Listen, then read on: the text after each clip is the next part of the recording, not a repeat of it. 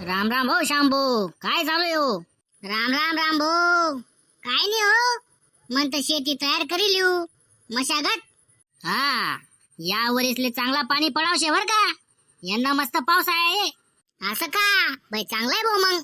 पण रामभो, मागला वरीसनी चूक या वरीसले करावणी बर का मी. या वरीसले मी बियाणा फसावणी भाऊ. मागला चालले आमनी मोठी वहिनी ना भाऊ गाव मा उन्हा भो, आणि म्हणे मनाकडे गुजरात बीटी ती 4G बीटी न कापूस न बियाणं शे म्हणे.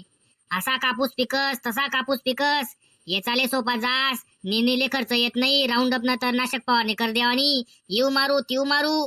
पण काही नाही भो, त्या चालले ते पुरा उलटा होई गई तू भाऊ. अरे काकाना, मी बी तुनच ऐकी सन गुजरात 4G बीटी लईनू, आणि मना जोडीदार मा दुले बी सांग, तेल बी बळजबरी करी आणि तेल बी लयाला लाव. सांगरी संगे डंगरी मातनी आणि कुठाई कुठाई मरनी, अशी गमत होई गई ती. कापूस ते पिकणार नाही हो, पण वरतीन येसनीले असा मनमन खर्च लागणार, अशी मजुरी लागणी, नाही साधं काम. मादुना वावरले राऊंड अप ना पवारामुळे तन्ना संगे कपाशी सुद्धा बई गई. तो माधू मनसंगे अजून फुगी बडेलचे बोलत नाही तो मनसंगे. 4G बीटी मुळे जर नुकसान होईन ते त्यांनी तक्रार बी करता येत नाही, कारण बिल नाही, पावती नाही, चोरीना मामला आणि बागी बागी बोंबला.